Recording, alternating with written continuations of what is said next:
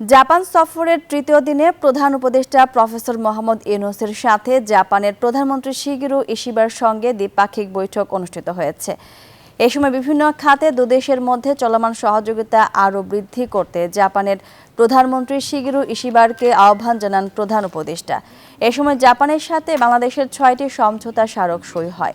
বৈঠকের আগে স্থানীয় সময় 11:30টায় জাপানের প্রধানমন্ত্রীর কার্যালয়ে পৌঁছালে বাংলাদেশের প্রধান উপদেষ্টাকে গার্ড অব অনার প্রদান করা হয়।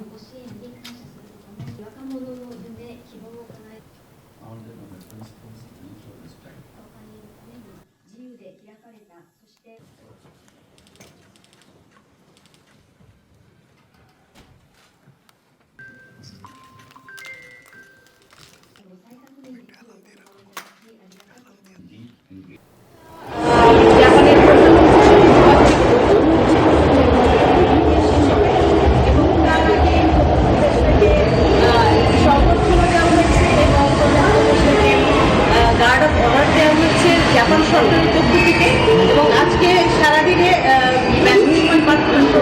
আরো বেশ কয়েকটি ইভেন্ট রয়েছে। তবে আজকে যে বৈঠকটি এখন চলছে সেখানে বাংলাদেশ এবং জাপানের মধ্যে যে কৌশলগত বিভিন্ন দ্বিপাক্ষিক ইস্যুগুলো রয়েছে, বিশেষ করে বাণিজ্য এবং বিনিয়োগ বৃদ্ধি, কৃষি, অবকাঠামো, মানব সম্পদ উন্নয়ন এবং সহযোগিতা এবং রোহিঙ্গা সমস্যা, এই ইস্যুগুলো ধরেই আসলে আলোচনাটি চলছে বলে আমরা জানতে পেরেছি। তবে যে কোনো সময় এই বৈঠক শেষ হওয়ার পরে প্রেস সচিব আনুষ্ঠানিকভাবে জানাবেন যে বা সিদ্ধান্ত আছে কিনা।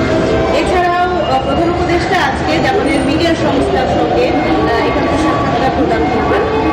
ইউমিরি শিবুবান একজন সাংবাদিক তাকে এবং দুপুরে তিনি মিস্টার খিমোরা ফুকুরানি তার সঙ্গে তার সঙ্গে দেখা করবেন এবং সেখানে বাংলাদেশ এবং জাপানের মধ্যকার বাণিজ্য বিনিয়োগকে বর্তমান বৈঠক শেষে বাংলাদেশের ব্যবসা বান্ধব পরিবেশ নিয়ে জাপানি বিনিয়োগকারীদের অবহিতকরণ এবং জাপানি বিনিয়োগ আকর্ষণের উদ্দেশ্যে একটি রাউন্ড টেবিল ডিসকাশন আছে। একটি বিশ্ববিদ্যালয়ে তিনি যাবেন, সেখানেও তাকে সংবর্ধনা দেওয়া হবে। তো সব মিলিয়ে আজকে সারাদিনই ব্যস্ত সময় পার করেন প্রধান উপদেষ্টা। এছাড়াও সাইড লাইন বৈঠক থাকতে পারে। তো আজকে সারাদিনে বেশ কয়েকটা বৈঠক ছাড়াও আরও বেশ কিছু কর্মসূচি রয়েছে। এই ছিল আমার মারুফা, আপনাকে ধন্যবাদ।